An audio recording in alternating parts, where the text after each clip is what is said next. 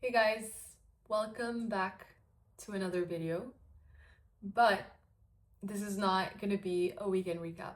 I decided to do another story time, and this story time is gonna be a little bit more vulnerable than I've already been. Not that I haven't shared everything about me, because I have, but I think this is taking it up a notch because I wanted to talk about something that has been an insecurity of mine for so many years. And I'm 27 now, and I can say it's still something that is in the back of my mind every now and then, but I'm definitely working on getting better, and I do feel like I've made a lot of progress so far. So the reason why I wanted to talk about it in my videos is because, just like everything else that I share, I think about the person that I was when I was a little younger, searching for any sort of validation and just someone that was speaking very openly about these things. And every time I did try to find that stranger, I wasn't lucky.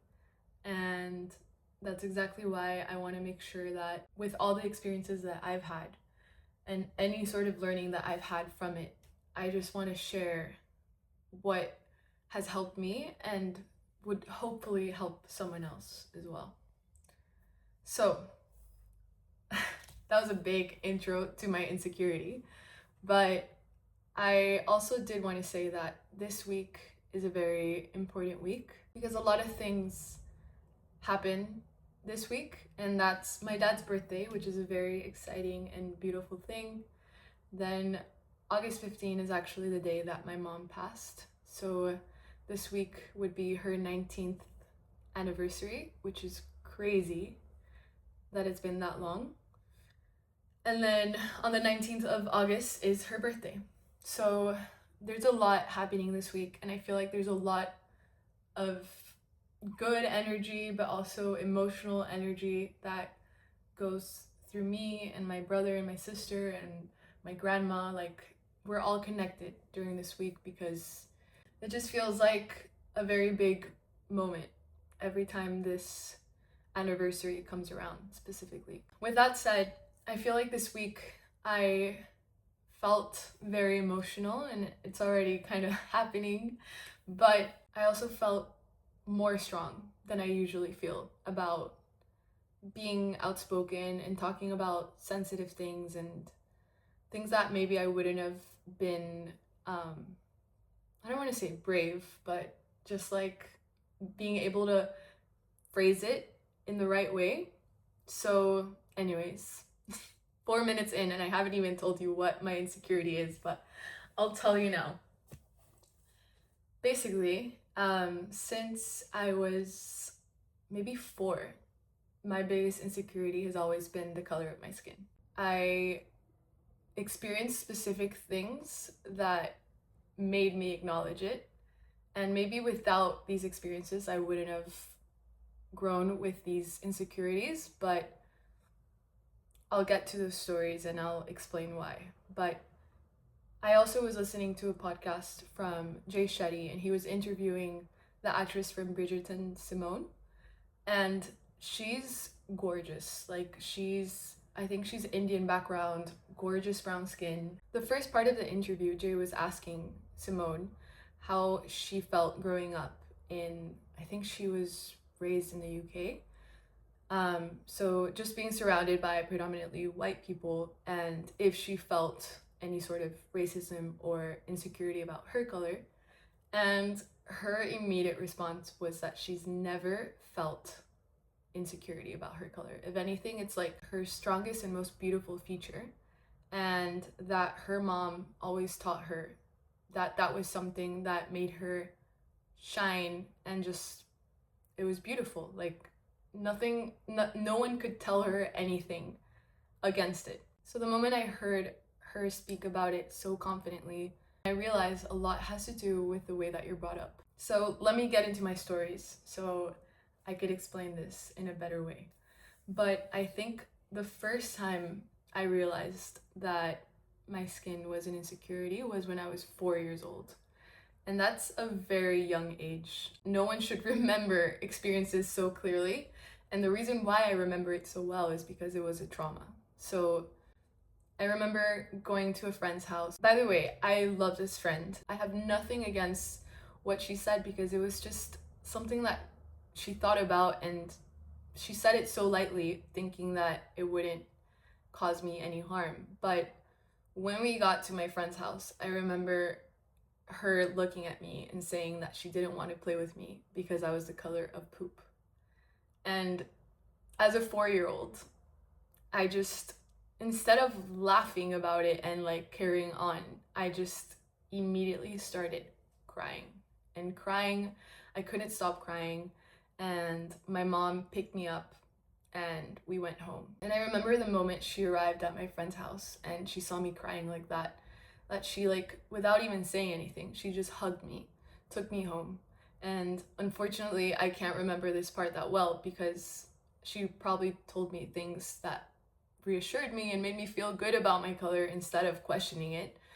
But that was my first experience, and I think that was the first time there was this thorn in my life that I was like, maybe my color is something that I should be worried about. So after that, a few years passed and my mom passed as well. And I think I honestly can't remember feeling that feeling again until I was maybe 13.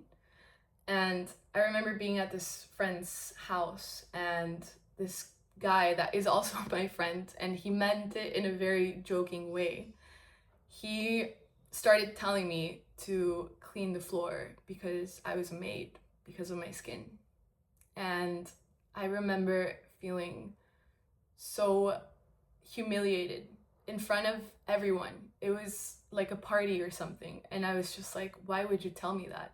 Even telling someone that they're a maid and saying it in a humiliating way, it's something that made me so angry because I grew up in a household where if we had someone helping out in my house, they were never labeled as a maid, or they were never treated differently. They were my family.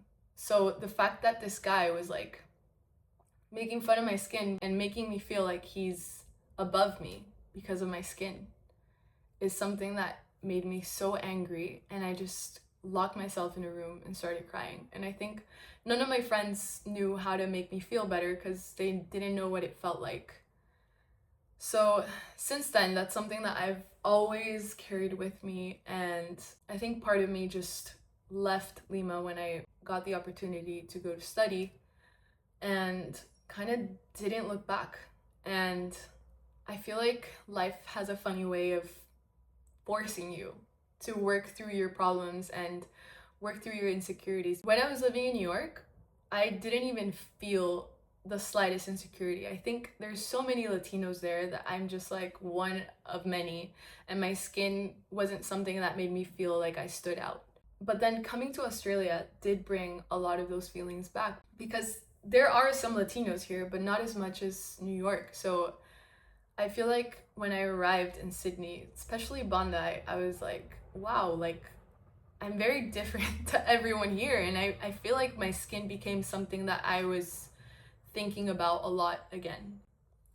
So I've been working on this for a long time, but maybe even more in depth now because I realized that I'm 27 and I just don't want to feel this feeling anymore because my color is something that is so beautiful and so unique about me that, yeah, like why would I ever see it as something that holds me back?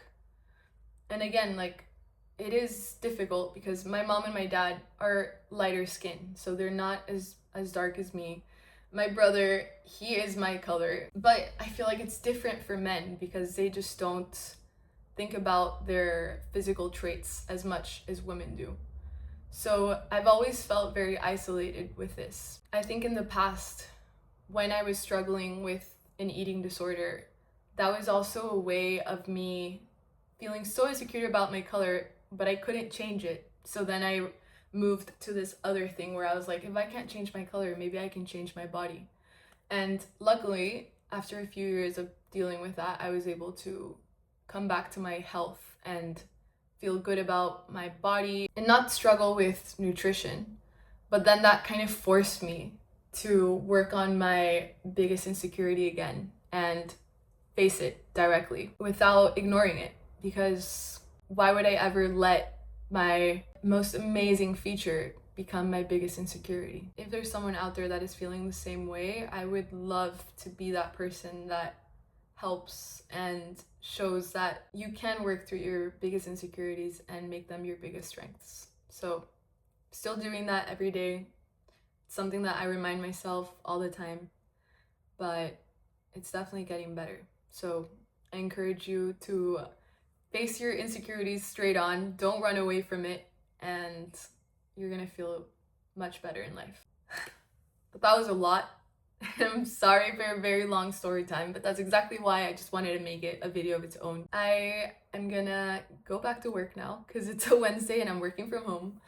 And I will do a weekly recap video for this weekend as well. I just really wanted to post this as a solo video for you guys. And hopefully it resonates with someone out there. But yeah, I'll catch you guys in the next video.